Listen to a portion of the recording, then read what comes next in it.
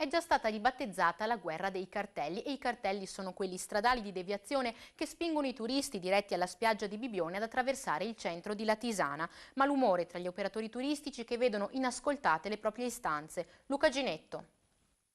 La denuncia, le proteste, ma in tutto questo tempo nulla è cambiato. Si esce dal nuovo casello di Latisana e le indicazioni per un arrivo più rapido a Bibione restano cancellate. I turisti vengono dirottati con i classici cartelli gialli per le deviazioni provvisorie attraverso le frazioni di Latisana come Picchi o Latisanotta per evitare che il traffico diretto alla località balneare veneta pesi sulla superstrada per Lignano. E noi abbiamo fatto una denuncia come associazione albergatori all'ARPA Friuli Venezia Giulia per chiedere di fare una verifica sui livelli di inquinamento della città di Latisana, che sicuramente il sabato sono molto elevati. Non abbiamo ancora ricevuto risposta a questa raccomandata. Più della metà degli automobilisti in uscita da Latisana sono turisti diretti a Bibione, così gli albergatori del centro balneare veneto annunciano azioni di protesta. Non sappiamo quali sono le sanzioni penali o meno qualora qualcuno di noi venisse in testa di andare a togliere materialmente questo segnale.